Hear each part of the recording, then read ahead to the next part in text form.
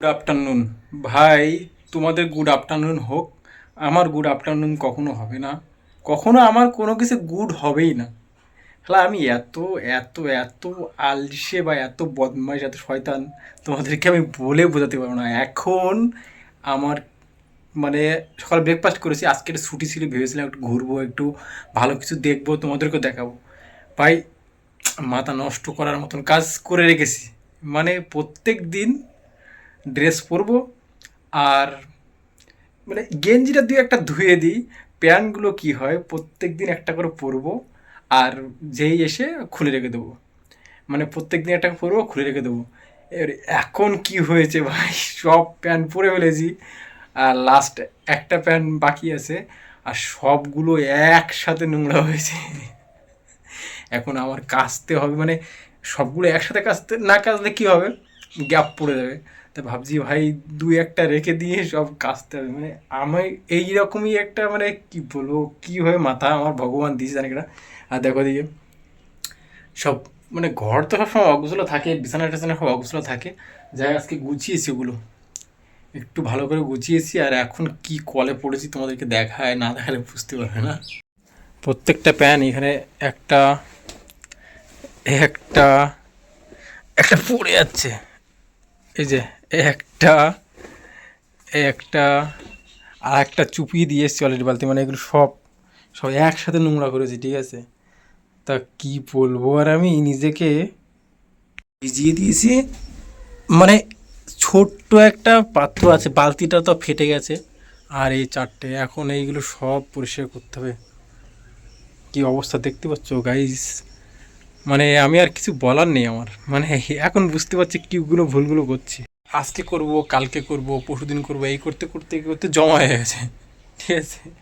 চলো এগুলো কি করব, এখন পরিষ্কার তো করতেই হবে, কিছু করার নেই, এগুলো পরিষ্কার করি। ঘাম ছুটে যাচ্ছে। তা এই ভিডিওটা করার একটাই উদ্দেশ্য, তোমরা কখনো এরকম পেন্ডিং রাখবে না। যে ড্রেসটা নোংরা হয়ে যাবে, পরে আসবে নোংরা হয়ে যাবে, সাথে সাথে ভাই সেদিন ধুয়ে দেবে। যারা ব্যাচেলার লাইফ কাটাচ্ছ তাদের জন্য বললাম, না হলে কিন্তু দেখো এখন আমি কি করব এখন, মানে এতটা পেন্ডিং হয়ে গেছে, ড্রেস পেতে জমা পড়ে গেছে। তা আমি এখন দুপুরের যে খেতে দেবো বাইরে হোটেলে, তা এইগুলো কাচতে কাচতে সময় পাবো না। আর মানে আজকে যদি না কাছি তাহলে কালকে আর একটা জমবে, এরকম করতে করতে কিন্তু হবে না, আর করা হবে না। যখন এর কাজ তখনই করতে হবে, এখন যেটা বুঝতে পারছি, মানে বুঝতে অনেকদিন ধরে পাচ্ছি, কিন্তু সেটা অ্যাপ্লাই করে না নিজের নিজের জন্য। মানে বদমাইশ হয়ে যাচ্ছে, এটা মেন কথা হলো, বদমাইশ হয়ে যাচ্ছি এবং হয়েছিলাম বলে এগুলো ফলগুলো পুরো ভোগ করতে হচ্ছে। চলো, আর যাবো না মানে লাঞ্চ করতে, তাই ঘরে কি আছে তোমাদেরকে দেখায়, তাই খাবো। সের দাম যা ভাই, এখন গ্যাস সিলিন্ডার একটু গ্যাস ছিল, তো আমার বন্ধু নিয়ে সব খালি করে ফেলেছে। চাল টাল ছিল, মানে গ্যাস নিয়ে রান্না করবো কী করে। তাই এই যে চিড়ে আছে, এটা আমার মায়ের বুদ্ধি, বলে ঘরে চিড়ে এনে রেখে দিবি, চালে ভালো কি একটু ভিজিয়ে খেয়ে নিলে পেটে অনেক সময় থাকবে এবং খিদি মরে দেবে। আর এদিকে আছে হলো যে সেই কি বলে ভেলি গুড়, তো এটাই ভিজিয়ে আপাতত খেয়ে নেই, তারপরে আগে কাজগুলো কমপ্লিট করি। কমপ্লিট করে নিই, না হলে জমা পড়ে থাকবে। এগুলো কমপ্লিট করে নিয়ে তারপরে মানে দুপুরে হোক রাত্রে হোক, সে যখন সময় পাবে খাবো, আগে কাজগুলো কমপ্লিট করব। প্রত্যেক দিন এই কাজ প্রত্যেক দিন করতে হবে, এবং আমিও করব এবার থেকে। আর ঢিলেমিশে নাই ভাই, বয়স অনেক হয়ে গেছে, বুদ্ধি অনেক, মানে শিখেছি কিন্তু কাজে লাগাচ্ছি না। তা এখন জামা প্যান্ট দুটো ভিজিয়ে দিয়ে একটা ধুয়ে রেখে এসেছি, আর দুটো একসাথে ভিজিয়ে দিয়েছি, একটা পড়ে আছে, আর এখনও ঘরে কিছু গেঞ্জি ফেঞ্জি আছে, এগুলোও কিছু দেবো। চলো এখন সেই ভিজিয়ে দিয়েছি, তা যাও 5 মিনিট 10 মিনিট তো রাখতে হবে, নাহলে পরিষ্কার হবে না। সেই 5-10 মিনিটের জন্য একটু খাওয়া, মানে দুপুরের লাঞ্চটা করে নিই। তা কী খাবো, চলো থালটা ধুয়ে নিয়ে আসি, আর ওই চিড়িটা ধুয়ে নিয়ে আসি। একটা প্যান বাকি আছে, আর দুটো ভিজিয়ে দিয়েছি, আর এদিকে এই চিড়িটা একটু ধুয়ে নিই। চলো চিড়িটা ধুয়ে তারপরে দুপুরের লাঞ্চ এটাই করতে হবে, কিছু করার নেই। আজকের লাঞ্চ করতে গেলে এদিকের কাজগুলো হবে না। এটাই হলো দুপুরের লাঞ্চ। হ্যাঁ দেখো, এই যে চিড়ে আর হলো এই কি ভেলি গুড়, আর দুপুরের লাঞ্চ। কেননা যদি আমি খেতে যাই তাহলে কী হবে বলো তো, ওইগুলো পরিষ্কার করা হবে না। মানে ও আবার এক সপ্তাহের জন্য আমি যেদিনকে ছুটি হবে সেদিনই পর্যন্ত জমা থাকবে। তাই আমার সব মানে আর পড়তে পড়তে আর বাকি নেই, সব শেষ। আর একটা প্যান্ট বাকি আছে, ওটা যদি পরি তাহলে ওগুলো সব নোংরা, এবার এক সপ্তাহ ধরে তাহলে সব নোংরা প্যান্ট পরতে হবে, এরকম পরিস্থিতি হয়ে যাবে। তাই আমি বলছি না, খাওয়ার দরকার নেই ভাই, আগে এগুলো পরিষ্কার করে তারপরে খাওয়া দাওয়া পরে, আগে এগুলো পরিষ্কার করে। তাই ঘরে ছিল এটা, আমার মা আমাকে বলতো যে বাবা বাবা ঘরে অন্তত চিড়িয়ে এসবগুলো এনে রেখে দিবি, তাহলে যখন কোনো সময় খিদে লাগলে হঠাৎ করে ধরো কোনো দিন ঝড় বৃষ্টি হলো, তুমি খেতে যেতে পারলে না, তখন এগুলো খেতে পারবে। তাই মায়ের বুদ্ধি শুনে কাজে লেগেছে, আমি এনে রেখেছিলাম। না হলে আজকে মানে রাগ হয়ে গেছে না, এত নোংরা মানে প্যান্ট জামা হোক একসাথে ঘুটু করে রেখে দিয়েছি, মানে আজকে করব কালকে করবো এই করতে করতে করতে জমা হয়ে গেছে। চলো কী করে দেবো, মায়ের কথা কাজে লেগে গেলো, লাস্টে লাঞ্চ এটাই করি, কিছু করার নেই, কাজ করতে হবে ভাই আগে, না হলে সব জমা হয়ে যাচ্ছে প্রত্যেক দিনে এরকম করবো করতে করতে করতে পুরো জমা হয়ে যাচ্ছে। আর গ্যাস আছে, মানে ওভেন আছে, সিলিন্ডার আছে, কিন্তু ওর মধ্যে গ্যাস নেই, সব শেষ। আর এখন গ্যাসের যে দাম ব্ল্যাকে নিতে গেলে, আমার নামে বই আছে কিন্তু সেই নাম্বারটা চেঞ্জ করেছি, এখন সেই নাম্বারটা নতুন নাম্বার অ্যাড না করলে বুকিং করতে পারছি না।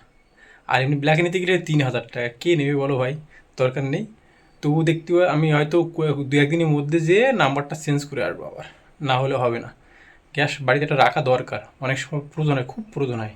কারণ দেখুন ঝড় বৃষ্টিও হয়, খেতে যেতে পারি না, বা কোনো প্রবলেম হয়ে যায়, ছুটির দিনে বাড়িতে আসি, বৃষ্টি হচ্ছে প্রচুর পরিমাণে, তো খুব প্রবলেম হয়ে যায়। এই কারণে গ্যাস বাড়িতে রাখা খুবই দরকার। প্রত্যেক দিন তো মানে একটু ঝাল তরকারি, মাছ, তারপরে চিকেন, মানে এসব খেয়ে খেয়ে খেয়ে খেয়ে এমন অভ্যাস হয়ে গেছে, এই যে এসব মানে মুখে ঢুকছে না, মুখের মধ্যে ঢুকছে না, ইচ্ছা হচ্ছে না খেতে, মানে কি প্রবলেম। হোটেলে খাই তো বেশি, মানে ঝাল মশলা খেয়ে খেয়ে একটা মুখের মধ্যে অন্যরকম ভাব হয়ে গেছে, মানে প্লেন খাবার আর মুখে ঢোকে না। তা দেখো, নিজেকে শাস্তি দিতে হবে, না হলে আমি শুধরাবো না, সত্যি যেটা। দেখো মানে কিভাবে আমি মানে কাজগুলো পেন্ডিং করে আমি প্রত্যেক দিন একটা করে ধরলে কিন্তু আজকে এই ভোগটা করতে হতো না, দুপুরে আমি কিন্তু রিল্যাক্সে খেতে যেতে পারতাম, ছুটির দিনটা উপভোগ করতে পারতাম। তা সেটা করিনি বলে আজকে এটা এই ভোগ করতে হচ্ছে। চলো, প্রায় তাও কষ্ট করে খাচ্ছি, কিছু করার নেই। কই চিড়ি আর মিষ্টি তো মানে মুখ মানে মেরে আনছে, এই মিষ্টিতে খেতে ইচ্ছা করছে না, মানে এতগুলো খাওয়া যায় না, অল্প অল্প খাওয়া যায়, এত খাওয়া যায় না। এতে যদি আমি আগে জানতাম তাহলে টক দইটা নিয়ে আসতাম, যেহেতু বাজারে গেছিলাম, তাহলে টক দই একটু যদি আম দিয়ে মাখাতাম বেশ আর ভালো লাগতো। যাই হোক, কিছু করার নেই, এখন নেই, খেতে হবে, নিজেকে শুধরাতে হবে ভাই। তো চলো খেয়ে নিই। তো বন্ধুরা, সব কিছু পরিষ্কার করতে করতে সন্ধ্যা প্রায় 6:30 বেজে গেছে। তা অবশেষে সব পরিষ্কার করলাম, জামা কাপড় কাচলাম, প্যান্ট কাচলাম ভাই, মানে প্রায় 70% সব পরিষ্কার করে ফেলেছি। আর কান ধরছি ভাই, এবার থেকে আমি আর প্রত্যেক দিন ধুয়ে ফেলার চেষ্টা করব, না হলে এইরকম পুরো মানে সব ড্রেস মানে পরতে পরতে আমার মানে আসি, গরম লাগে, গরমের সময় জানো তো কিরকম, বাইরে থেকে আসলে কষ্ট হয়। প্যান্টটা খুলে রেখে দিলাম, ব্যাস হাফ প্যান্ট পরে নিলাম, হাফ প্যান্টটা প্রতিদিন ধুবো, স্নান করার সময় ধোয়া হয়ে যায়, এই কারণে প্রবলেম হয় না। আর গেঞ্জিটা হয় একটা খুলে রাখলাম, ওইভাবে পরে আসে, আর যেটা পরিষ্কার সেটা পরলাম, বা একটা ওই যেটা হাফ প্যান্টের সাথে পরে থাকতাম ওইটাই ধুয়ে ফেললাম, এরমভাবে হয়েতেও জমে গেছে, কী অবস্থা বুঝতে পারছো, সব নোংরা হয়ে জামা কাপড় রেখে দিয়েছি। তো ভাই আর না। তা দেখো, তোমাদের রমেশ দা কিন্তু সবসময় রিয়েল সত্যি, যেটা তার লাইফটা যেমনভাবে চলছে, এই ভাই গরিবানাভাবে চলছে, সেই গরিবানাভাবেই তোমাদেরকে সব কিছু সত্যি কথা বলছি। তা এতে তোমরা কেমন মনে করো, কী ভাবো আমি জানি না, আমি সবসময় সত্য কথা বলতে ভালোবাসি, নিজেকে লুকিয়ে চুরিয়ে কিছু করার আমার পছন্দ না। তাই দেখো আমার এরকম এখন এই ভাঙা ঘরে আছি, এই চলছে আমার লাইফে, সেগুলো তোমাদের সাথে বললাম। কেমন লাগলো এই সত্য কথা এবং সত্য ঘটনাগুলো বললাম, কমেন্ট করে জানাবে।